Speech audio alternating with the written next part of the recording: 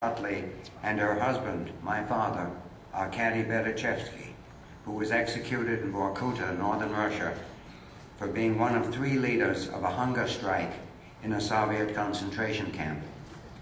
The documents which we obtained in Russia are posted on the website FredaUtley.com. The award, the Freda Utley Foundation, makes an award each year. The award of $10,000 has been given in the past to think tanks in difficult parts of the world through the Atlas Economic Research Foundation. This is the first time we are making the award inside America for an issue we feel is now getting much deserved and necessary attention, our criminal justice system. Thanks much to the pioneering work of Pat Nolan and Justice Fellowship, of which he is president. The United States today has more persons in prison or its criminal justice system than any other nation in the world. About half are victimless crimes, minor parole violations, and extremely long sentences under mandatory minimums.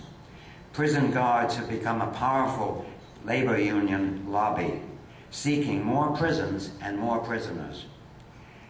Prosecutors use the threat of long sentences to get innocent persons to confess to crimes they did not commit, even for environmental crimes or for political activity.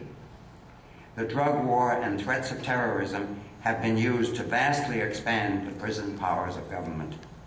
Obviously, America is nothing comparable to the old Soviet system, yet there are trends coming. The Fourth Amendment to the Constitution against warrantless searches is now routinely violated. Civil or political offenses are more and more turned into criminal offenses. Torture in the form of brutal solitary confinement, sleep deprivation, and prison rape are common. Drugs are given. Even the Roman Empire, as my mother used to tell me, she was a classical scholar, even the Roman Empire could not by law torture its own citizens. Witness the case of St. Paul. Pat Nolan has helped bring together a coalition on both the right and the left towards reforming our criminal justice system. He helped Congress to pass the Prison Rape Elimination Act.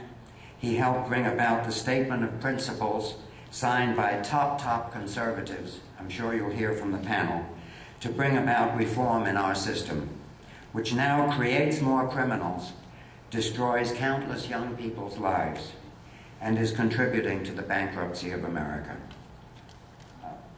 Pat.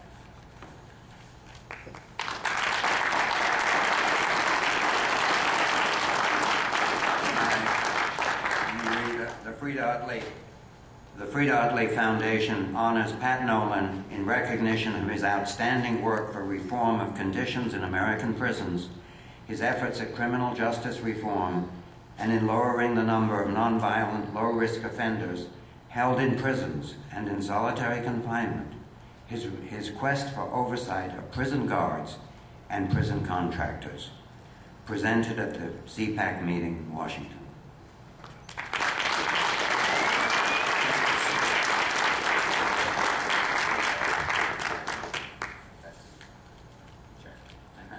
Thank you so much, John. Thank you all. I'm sorry to take your time for this. This is wonderful of David and John to arrange this. I brought my daughter up here. This is Courtney. She was she was just 3 years old when I went into prison, and saying goodbye to her at kindergarten was the toughest thing in my life. But friends stood by me, and I think that's the maturity of the conservative movement. Whittaker Chambers said that the problem with conservatives is they don't rescue their wounded from the battlefield. But in my case, they did. David Keene stood by me, ferociously defending me, as did Lynn Nofziger, Ollie North, others, too numerous to mention, but they helped support my family while I was in prison. And John, I just can't thank you enough for this award, named for your father who was martyred for freedom, and your mother's foundation. It's so meaningful to me, and I can't thank you enough. God bless you.